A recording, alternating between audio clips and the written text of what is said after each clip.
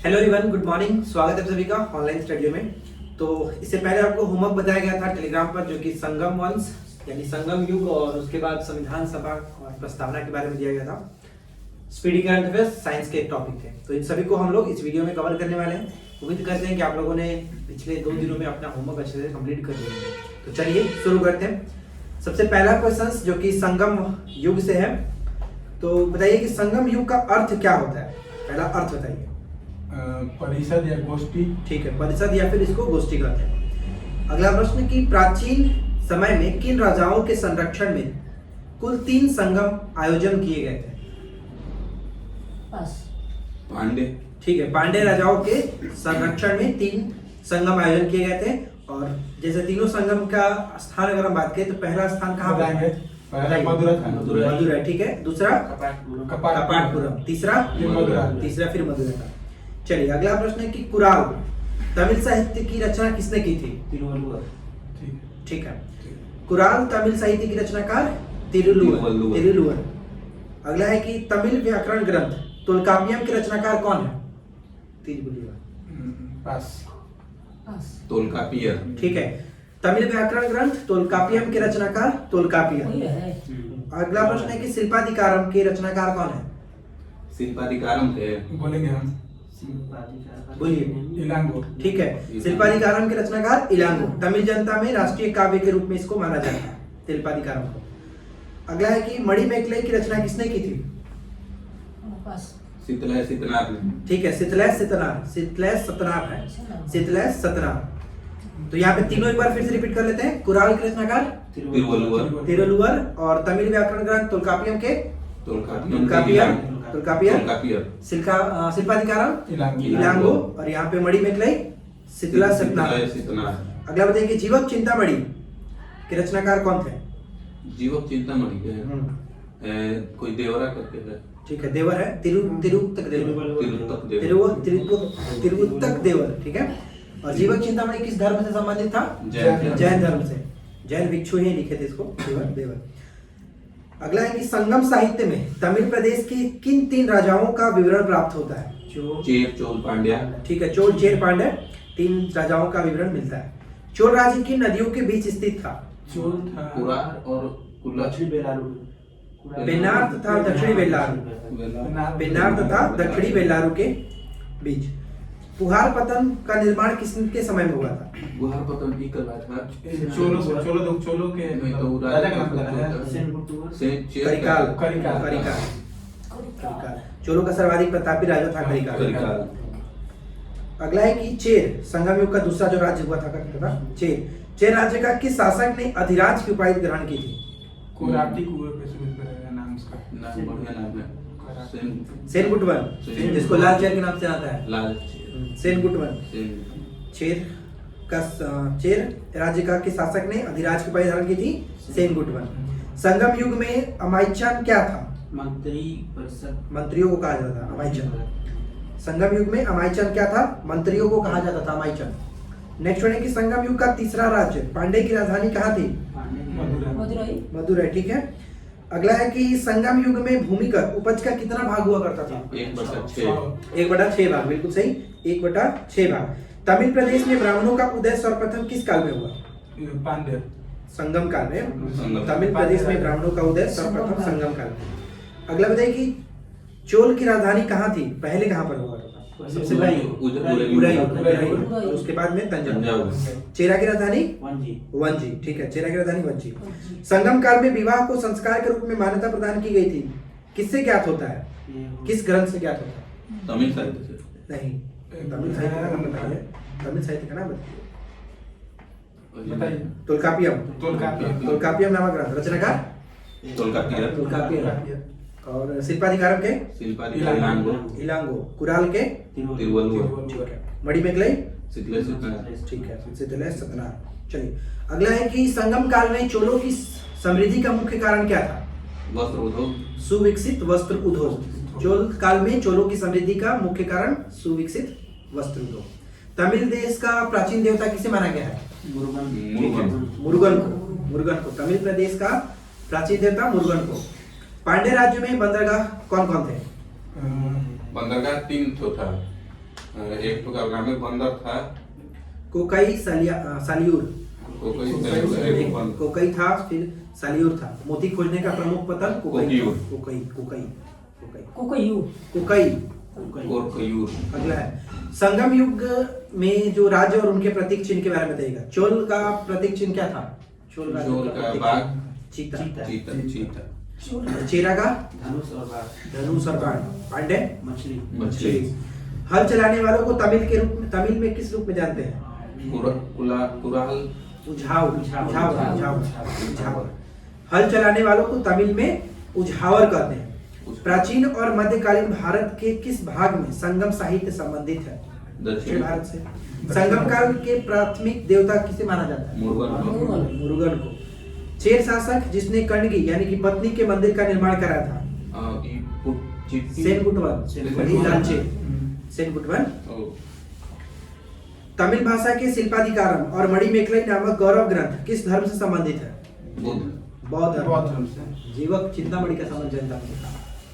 किस ऋषि के बारे में कहा जाता है कि उन्होंने दक्षिण भारत का आर्यकरण किया, उन्हें आर्य बनाया? अगस्त्य, ऋषि अगस्त्य। अगला है कि तिरुवल्लुवर की रचना कुरल या फिर नेपाल को क्या कहते हैं? तमिल भाषा का बाइबल। उल्टा पूछना था, तमिल भाषा का बाइबल किसे कहते हैं? तो कुरल को या फिर कुराल। अगला प्रश्न है कि तमिल काव्य की उड़ीसी किसे कहते हैं? तमिल काव्य की उड़ीसी मणिमेखलाई को तमिल काव्य की उड़ीसी कहते हैं। इसके रचनाकार कौन थे? शीतलेश सतनार। संगम युग में उरैयूर विख्यात था किसके लिए? कपास के व्यापार का महत्वपूर्ण केंद्र हुआ करता था। तुल्कापियम ग्रंथ संबंधित है किससे? व्याकरण एवं काव्य। चलिए संगम युग से जो इंपॉर्टेंट क्वेश्चंस थे कंप्लीट हुआ और हम लोग थोड़ा सा पूछ लेते हैं इसमें संविधान के क्वेश्चन। बताइए कि प्रस्तावना का विचार कहाँ से लिया गया है? अमेरिका। प्रस्तावना का विचार ऑस्ट्रेलिया। और भाषा ऑस्ट्रेलिया से। ठीक है, विचार यूएसए, अमेरिका। हाँ। अगला प्रश्न है कि संविधान सभा का गठन कब हुआ था?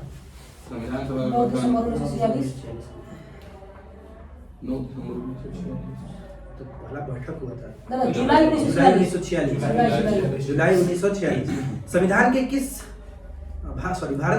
भारत के लिए संविधान सभा की रचना हेतु संविधान सभा का विचार सर्वप्रथम किसने और कब प्रस्तुत किया था? 1924। भारत में संविधान सभा गठित करने का आधार क्या था? फ्रांस का संविधान सभा गठित करने का कैबिनेट मिशन योजना 1946। कैबिनेट मिशन योजना 1946। संविधान सभा के सदस्यों की कुल संख्या कितनी निश्चित की गई थी? 389, जिसमें से 292 ब्रिटिश प्रांतों के प्रतिनिधि, 93 देशी रियासतों के प्रतिनिधि और 4 चीफ कमिश्नर क्षेत्रों के प्रतिनिधि। संविधान सभा में किसी देशी रियासतों के प्रतिनिधि ने भाग नहीं लिया था, यानी किस ठीक है, संविधान सभा में किस देशी रियासतों के प्रतिनिधि भाग नहीं लिया था? संविधान सभा की पहली बैठक कहाँ पर? दिल्ली के लाइब्रेरी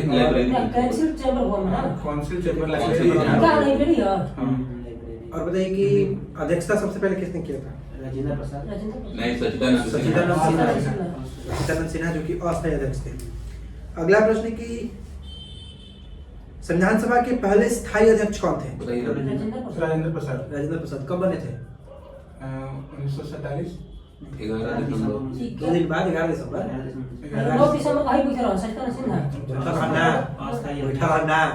बैठे थे।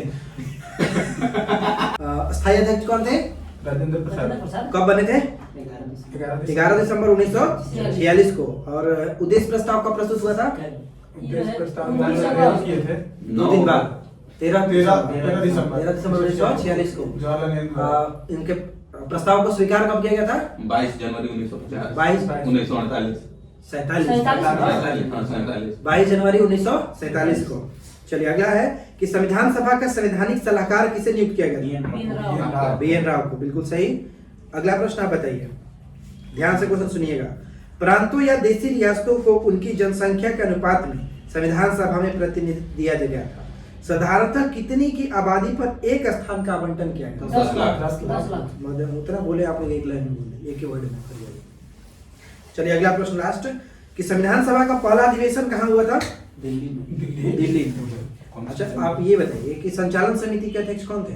संचालन राजेंद्र प्रसाद। ठीक है, डॉक्टर राजेंद्र प्रसाद संचालन समिति के अध्यक्ष। और प्रांतीय संविधान समिति वल्लभ भाई पटेल। वल्लभ भाई पटेल। प्रारूप समिति के अध्यक्ष बी आर अम्बेडकर। अम्बेडकर।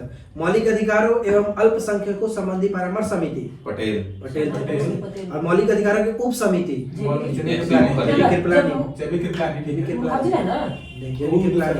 वही अल्पसंख्यक के उप समिति के थे वो, एक से मुखर्जी। राष्ट्रध्वज संबंधी तदर्थ समिति के राजेंद्र प्रसाद। राजेंद्र प्रसाद।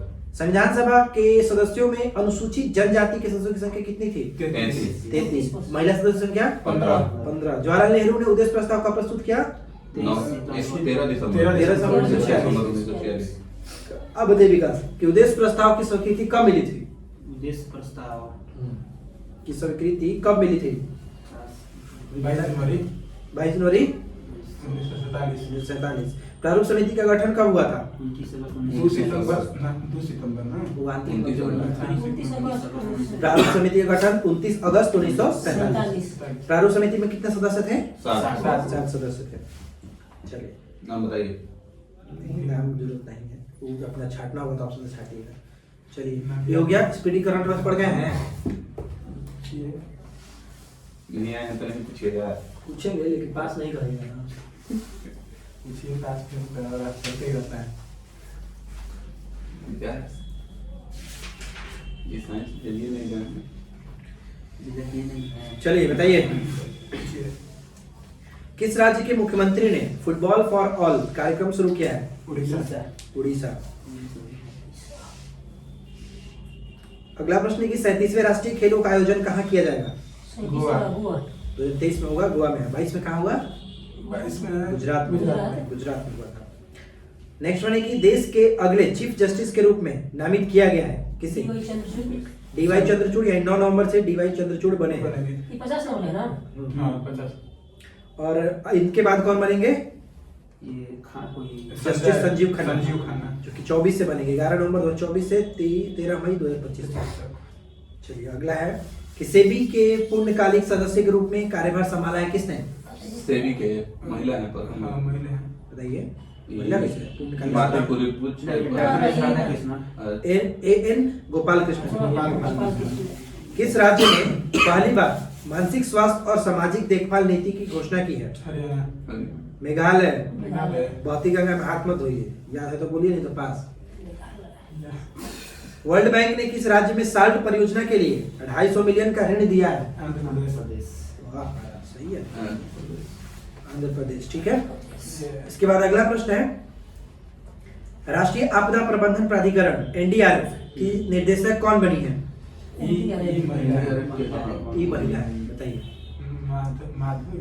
मृणालिनी श्रीवास्तव। मृणालिनी। एनडीआरएफ की स्थापना 2006। भारतीय नौसेना ने कहा अपतटीय सुरक्षा अभ्यास प्रस्थान का आयोजन किया है? प्रस्थान है कोची। आंध्र प्रदेश। प्रस्थान का आयोजन आंध्र प्रदेश में। किस देश ने सफलतापूर्वक पहली सौर वेधशाला कुआफू 1 लॉन्च किया है? चाइना। ठीक है, चीन। अगला है भारत का पहला स्लेंडर लॉरिस अभयारण्य अधिसूचित किया गया। किस राज्य ने भारत का पहला स्लेंडर लॉरिस अभयारण्य अधिसूचित किया है? तमिलनाडु। कौन एक दिन के लिए भारत में यूके की उच्चायुक्त बनी है? कुछ यादव नाम लिया। जागृति यादव। जागृति बोलिए रहा है, यादव आप बोल दीजिए। जागृति यादव। मेघा कायक महोत्सव 2022 कहाँ शुरू हुआ? मेघालय। ग्लोबल हंगर इंडेक्स 2022 में भारत का स्थान 107। और 2021 में 2023 में 17वां प्रवासी भारतीय दिवस कहाँ आयोजित किया जाएगा? 2021 में दिल्ली में था, 2 साल का आयोजन हुआ था होता है। तो 2023 में इंदौर में, मध्य प्रदेश का इंदौर में। केंद्र सरकार ने किस नदी पर भारत के पहले सस्पेंशन ब्रिज को मंजूरी दी है? कृष्णा नदी पर। 15 अक्टूबर 2022 को जारी पब्लिक अफेयर इंडेक्स में 2022 में कौन सा राज्य शीर्ष स्थान पर रहा? Haryana. Haryana second rank. Tamil Nadu. Third है केरल। हरियाणा, तमिलनाडु और केरल। कौन से शहर ने वर्ल्ड ग्रीन सिटी अवार्ड 2022 जीता है? हैदराबाद। विश्व खाद्य दिवस कब मनाते हैं? 16 अक्टूबर। 16 अक्टूबर 2022 को कौन सा राज्य हिंदी में मेडिकल और इंजीनियरिंग की शिक्षा देने वाला पहला राज्य बन चुका है? और पहला बताइए कि इंस्टीट्यूट कौन बनाया जो हिंदी में एनआईटी की मतलब इंजीनियरिंग की पढ़ाई कराने की बात किया है? मध्य प्रदेश। बिहार का पटना एनआईटी जो है ना, वो हिंदी में इंजीनियरिंग कराने की बात कही है, घोषणा की है। भारत का पहला ऐसा इंस्टीट्यूट बनाया। नेक्स्ट वन है 16 अक्टूबर 2022 को देश की पहली स्वदेशी परमाणु पनडुब्बी का सफल परीक्षण किया गया। उसका नाम क्या है? INS अरिहंत। जल जीवन मिशन लक्ष्य प्राप्त करने वाला एकमात्र राज्य कौन सा बना है? तमिलनाडु। जल जीवन मिशन लक्ष्य प्राप्त करने वाला एकमात्र राज्य तमिलनाडु। 17 अक्टूबर को कौन सा दिवस मनाया गया? विश्व गरीबी अंतर्राष्ट्रीय गरीबी उन्मूलन दिवस। ठीक है। नेक्स्ट क्वेश्चन की इंटरपोल की 90वीं महासभा की मेजबानी किस देश ने किया है? भारत ने। और इससे पहले इसके बाद जो 51वीं होगा वो कहाँ पे? वियना 2023 में। अगला है कि 17 अक्टूबर 2022 को किस पूर्व भारतीय राष्ट्रपति को 2022 का प्रतिष्ठित अणुव्रत पुरस्कार प्रदान किया गया? अब्दुल कलाम। APJ अब्दुल कलाम। ठीक है। महिला एशिया कप T20 खिताब किस देश ने जीता है? उपविजेता इंग्लैंड। श्रीलंका। 17 अक्टूबर 2022 को महिला एशिया कप T20 खिताब किस देश ने जीता है? भारत ने श्रीलंका को हरा करके। अगला है कि सूचना अनुसार कौन सा देश गर्भवती महिलाओं पर पुनर्विवाह प्रतिबंध हटा दिया है? जापान ने। 2023 एशियन कप फुटबॉल टूर्नामेंट की मेजबानी कौन सा देश करेगा? कतर। अंतर्राष्ट्रीय सौर गठबंधन की 5वीं सभा कहाँ आयोजित की गई? दिल्ली में। अध्यक्षता आर के सिंह। बीसीसीआई के 36वें अध्यक्ष के रूप में किसे चुना गया था? आया था ना पेपर में। बताइए 2022 का बुकर पुरस्कार किसे मिला है? 2022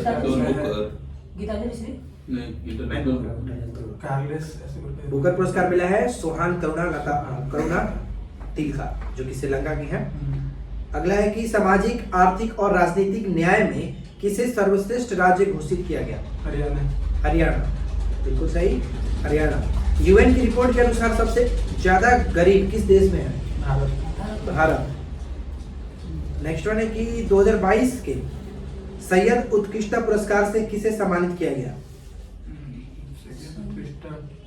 सैयद उत्कृष्टता पुरस्कार से किसे सम्मानित किया गया? बारबरा मेटकॉफ जो कि इतिहासकार है। डिफेंस एक्सपो का 12वां संस्करण कहाँ आयोजित किया गया है? गुजरात में, गांधीनगर में। 2022 का बैलन डी ओर पुरस्कार किसने जीता है? बैलन डी ओर करीम बेंजेमा और एलेक्सिया पुटेलस।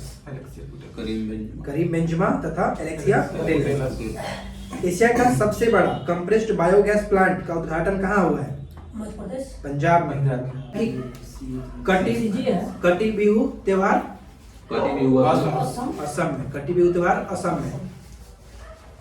भारत के किस शहर में ओमिक्रॉन सब वेरिएंट BQ.1 का पहला मामला मिला है? पुणे में। 20 अक्टूबर को कौन सा दिवस मनाया गया?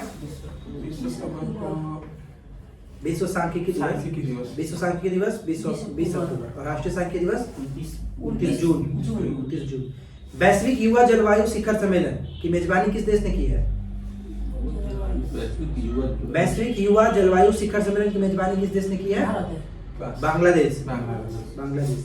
गिद्धों के संरक्षण के लिए पैनल का गठन किया गया किस राज्य में? तमिलनाडु।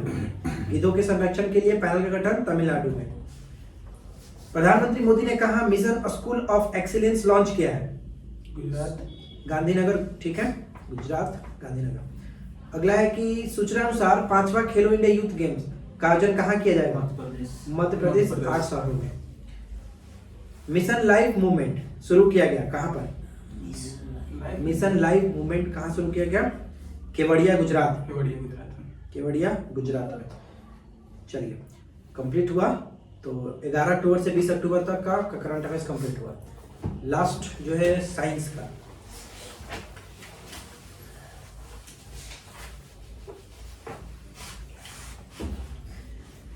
चलिए बताइए, पहला प्रश्न ये है कि एक कोशिका आयतन में बढ़ती है जब यह रखी जाती है। अर्थ पराक्रम में कला एक अल्प परासारी विलयन में, अल्प परासारी विलयन में बीज फूलते हैं जब जल में रखे जाते हैं। अंतःशोषण के कारण अंतर शोषण के कारण, बिल्कुल सही, अंतर शोषण के कारण। लकड़ी के बने दरवाजे का वर्षा ऋतु में फूलना किसका कारण है?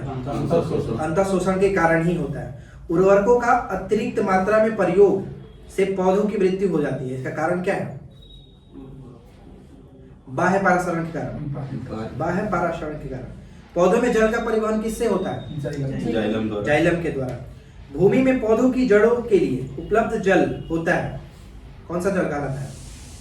गुरुत्वीय जल, आर्द्रताग्राही जल, कोशिका जल। कोशिका जल, कोशिका जल। भूमि में पौधों की जड़ों में उपलब्ध जल होता है कोशिका जल, कोशिका नहीं केशिका जल, केशिका जल। पौधों की वृद्धि के लिए कितने आवश्यक तत्वों की जरूरत होती है? 16। धान का खैरा रोग जिंक की कमी के कारण। पत्तियों में हरितहीनता किसकी कमी से होता है? Magnesium magnesium. पौधों में वाष्पोत्सर्जन किसकी प्रक्रिया है? जल हानि की, जल हानि की प्रक्रिया है। जल बिंदुओं के रूप में जल की हानि क्या कहलाती है? बिंदु स्राव, बिंदु स्राव। जल बिंदुओं के रूप में जल की हानि क्या कहलाती है? बिंदु स्राव। वाष्पोत्सर्जन में क्या होता है? पानी का हानि। ठीक है, तो पत्तियों से पानी वाष्प के रूप में निकलता है।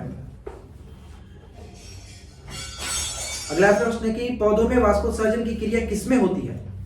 पूरा पौधा में होता है, पूरे पौधे में, जड़, तना, पत्ती, पूरा पौधा से, पूरा पौधा से। वह दशा जिसमें वाष्पोत्सर्जन अधिक तेजी से होती है, यानी किस तरह का माहौल होना चाहिए? प्रकाश का। ऑप्शन सुनिए। वायु का निम्न वेग, सेकंड ऑप्शन निम्न नमी उच्च तापमान, तीसरा ऑप्शन उच्च नमी, और चौथा ऑप्शन भूमि में जल की अतिरिक्त मात्रा। निम्न नमी उच्च ताप। ठीक है, निम्न नमी और उच्च तापमान। वह दशा जिसमें वाष्पोत्सर्जन की दर जो होती है तेजी से होती है, निम्न नमी उच्च तापमान। पत्तियों के दो मुख्य कार्य कौन से हैं? भोजन बनाना, यानी कि प्रकाश संश्लेषण और वाष्पोत्सर्जन। पौधों में होने वाली क्रियाओं में से एक जो इनका तापमान कम कर सकती है, वाष्पोत्सर्जन ही, वाष्पोत्सर्जन ही जो कि इनका तापमान कम कर सकती है। अगला है कि प्रकाश संश्लेषण की दर सबसे अधिक होती है किसमें, किस प्रकार के रंग में? लाल रंग के प्रकाश में, बैंगनी में सबसे कम होती है। प्रकाश संश्लेषण की दर सबसे अधिक होती है लाल, सबसे अधिक लाल रंग में। चलिए अगला है कि हरे रंग का पदार्थ जो पौधों में प्रकाश संश्लेषण करता है वह निम्नलिखित में से कौन सा है? क्लोरोफिल। हरे रंग का पदार्थ क्लोरोफिल, मतलब ऑप्शन था तो। चलिए अगला है कि पौधे और पेड़ का खाना तैयार करने की प्रक्रिया क्या कहलाती है? फोटोसिंथेसिस। वही है, मतलब प्रकाश संश्लेषण की क्रिया पौधे के किस भाग में सर्वाधिक होती है? पत्ती में। पत्ती में। सर्वाधिक प्रकाश संश्लेषण क्रियाकलाप कहाँ चलता है? किस रंग, किस प्रकार के रंग में? लाल। प्रकाश के नीले और लाल क्षेत्र में। ठीक है, नीले और लाल क्षेत्र में। प्रकाश संश्लेषण का अंतिम उत्पाद ऑक्सीजन होता है। ऑक्सीजन। प्रकाश संश्लेषण का अंतिम उत्पाद ऑक्सीजन। जब पूरा प्रोसेस होता है तो लास्ट में क्या मिलता है? ऑक्सीजन ना, ऑक्सीजन। अगला है कि कौन सा ऊर्जा रूपांतरण प्रकाश संश्लेषण नामक प्रक्रिया में होती है? प्रकाश ताप ऊर्जा का रासायनिक ऊर्जा में। प्रकाश ऊर्जा का रासायनिक ऊर्जा में। प्रकाश ऊर्जा का रासायनिक ऊर्जा में। अगला है कि ऑक्सीजन जो प्रकाश संश्लेषण से उत्पन्न होती है वो कहाँ से आती है? ऑक्सीजन जल से, जल से आता है। ऑक्सीजन जो है प्रकाश संश्लेषण के दौरान मिलता है वो कहाँ से मिलता है? जल से। प्रकाश संश्लेषण का प्रथम स्थिर यौगिक कौन सा है? कार्बोहाइड्रेट। ग्लूकोज। ऐसी जैविक क्रिया जिसमें शर्करा तथा वसा का ऑक्सीकरण होता है तथा ऊर्जा मुक्त होती है क्या कहलाती है? श्वसन कहते हैं। ऐसी जैविक क्रिया जिसमें शर्करा तथा वसा का ऑक्सीकरण होता है तथा ऊर्जा मुक्त होती है श्वसन कहलाता है। श्वसन मापन का यंत्र क्या कहलाता है? स्पीरोमीटर। ठीक है, रेस्पिरोमीटर। अगला बताइए कि अनॉक्सी श्वसन में अंतिम उत्पाद क्या होता है? अनॉक्सी श्वसन की मतलब क्या? बिना ऑक्सीजन, जिसको अवायवीय श्वसन भी कहते हैं, अवायवीय। ठीक है, तो अनॉक्सी श्वसन का अंतिम उत्पाद इथाइल एल्कोहल। देखिए ध्यान समझ लीजिएगा, जंतुओं में अगर पूछा जाए कि जंतुओं में अनॉक्सी शोषण का क्या उत्पाद मिलता है, तो जंतुओं में CO2 और लैक्टिक अम्ल, जबकि पौधों में CO2 तथा ethyl alcohol. Carbon dioxide plus lactic अम्ल जंतुओं में, ठीक है, लेकिन पौधों में कहा जाए तो कार्बन डाइऑक्साइड के साथ इथाइल एल्कोहल। ऑक्सी शोषण का अंतिम उत्पाद, जिसमें ऑक्सीजन की उपस्थिति में जो क्रिया होगी, ऑक्सी शोषण का अंतिम उत्पाद होता है कार्बन डाइऑक्साइड और जल। कार्बन डाइऑक्साइड और जल। भूमि में अधिक गहराई पर बोए गए बीज प्रायः अंकुरित नहीं होते हैं, क्योंकि ऑक्सीजन नहीं मिल पाता है, इन्हें वायु नहीं मिल पाती। कोशिका के भीतर श्वसन का केंद्र क्या होता है? श्वसन माइटोकॉन्ड्रिया। ग्लाइकोसिस, ठीक है। ग्लाइकोसिस का अंतिम उत्पाद क्या होता है? ग्लाइकोसिस का अंतिम उत्पाद पायरुविक अम्ल। पायरुविक पूछा गया था क्वेश्चन में। Pyruvic acid. 2,4-D क्या है? खरपतवार। खरपतवारनाशी। 2,4-D एक प्रकार का खरपतवारनाशी है। इंडोल एसिटिक अम्ल क्या होता है? एक प्रकार का हार्मोन है, ऑक्सिन हार्मोन, ठीक है। इंडो एसिटिक अम्ल ऑक्सिन होता है। किस पादप हार्मोन के छिड़काव से अनिकेश फल प्राप्त होते हैं? अनिकेश फल मतलब कि बिना बीज वाले फल और बिना निषेचन वाला फल, अनिकेश फल कहलाता है। तो ऑक्सिन मतलब कि किस पादप हार्मोन के छिड़काव से, ऑक्सिन जब पादप हार्मोन के छिड़काव से हमें अनिषेक फल प्राप्त किए जा सकते हैं, बिना बीज और बिना निषेचन के फल। कोशिका विभाजन में मदद करने वाला पादप हार्मोन कौन सा है? साइटोकाइनिन। प्रकाशानुवर्ती संचलन किसके द्वारा नियंत्रित किया जाता है? प्रकाशानुवर्ती संचलन किसके द्वारा नियंत्रित किया जाता है? ऑक्सीन के द्वारा। ऑक्सीन के द्वारा। ऑक्सीन का मतलब यहाँ पे समझ सकते हैं कि कौन सा हार्मोन, एक क्वेश्चन था कि कौन सा हार्मोन पादप कोशिकाओं को इस प्रकार बढ़ने में प्रेरित करता है कि जिसमें पादप प्रकाश की ओर मुड़ा हुआ प्रतीत होता है। ऑक्सीन था, तो यहाँ पर वही था कि प्रकाशानुवर्ती संचलन के लिए, मतलब जिधर प्रकाश है उधर की तरफ मुड़ता है, वही आपका यहाँ पे ऑक्सीन हार्मोन। पादप वृद्धि हार्मोन जिब्रेलिन किससे निकाले जाते हैं? कवक से।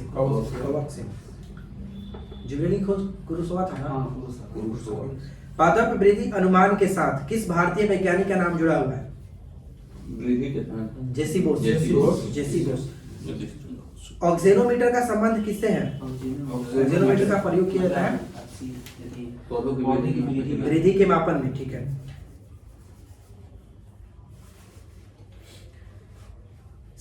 समय और आकार के संदर्भ में होने वाली वृद्धि को ग्राफ पर अंकित करने पर इस आकार का वक्र बनता है, जिसे क्या कहते हैं? सिग्माइड वक्र। पौधों की वृद्धि गतियां जो प्रकाश उद्दीपन के कारण होती है उसे क्या कहते हैं? मतलब फिर से, पौधों की वृद्धि गतियां जो प्रकाश उद्दीपन के कारण होती है, हेलियोट्रोपिज्म। प्रकाश मतलब धूप के जब कारण होता है तो हेलियोट्रोपिज्म। छुई मुई की पत्तियों में गति होती है किसके कारण? कंपानुकुंचन। एसएससी क्वेश्चन बड़ी पूछता था वाले। सूर्य के प्रकाश की ओर बढ़ते हुए परों का मुड़ना क्या कहलाता है? फिर से वही बात हो गया जो हेलियोट्रोपिज्म में प्रकाश, सूर्य के प्रकाश की बात, हेलियोट्रोपिज्म। हार्मोन पूछता था वो ऑक्सीजन। संड्यू तथा वीनस फ्लाईट्रैप कीटभक्षी पौधे गति होती है किस प्रकार की गति? स्पर्शानुकुंचन गति। स्पर्श करने के बाद ही वो अपना गति कर लेते हैं, तो स्पर्शानुकुंचन गति। अगला है कि मृदा द्वारा जल के अवशोषण से संबंधित सिद्धांत क्या है? केशिका क्रिया। जिस रूप में पौधे नाइट्रोजन प्राप्त करते हैं वो कौन सा है? नाइट्रेट के रूप में जिस रूप में पौधे नाइट्रोजन ग्रहण करते हैं, नाइट्रेट के रूप में। पौधों में पत्ते के पृष्ठ पर पाया जाने वाला छोटा छोटा जो लघु छिद्र होता है उसको किस नाम से जानते हैं? रंध्र, स्टोमाटा। नेक्स्ट वन है कि बौने पौधे को किसके अनुप्रयोग से लंबा किया जा सकता है? जिब्रेलिन। पशुओं में हीमोग्लोबिन के सदृश पौधों में कौन सा अणु होता है? जैसे कि पशुओं में क्या होता है? हीमोग्लोबिन होता है, तो पौधों में उसी तरह से क्लोरोफिल। चलिए, तो यहाँ पे हम लोग का साइंस भी कंप्लीट हुआ। तो जो टॉपिक हमने कल दिया था सारा टॉपिक कंप्लीट हुआ। उम्मीद करते हैं कि आप लोगों को वीडियो अच्छा लगा होगा। वीडियो पसंद आया तो लाइक एंड शेयर करिए। और नेक्स्ट टॉपिक क्या रहने वाला है वो आपको थोड़ी देर में टेलीग्राम पर मिल जाएगा, तो टेलीग्राम ज्वाइन करके रखिए। वीडियो के डिस्क्रिप्शन में लिंक दिया गया है। तो मिलते हैं हम लोग नेक्स्ट क्लास में। Thanks for watching.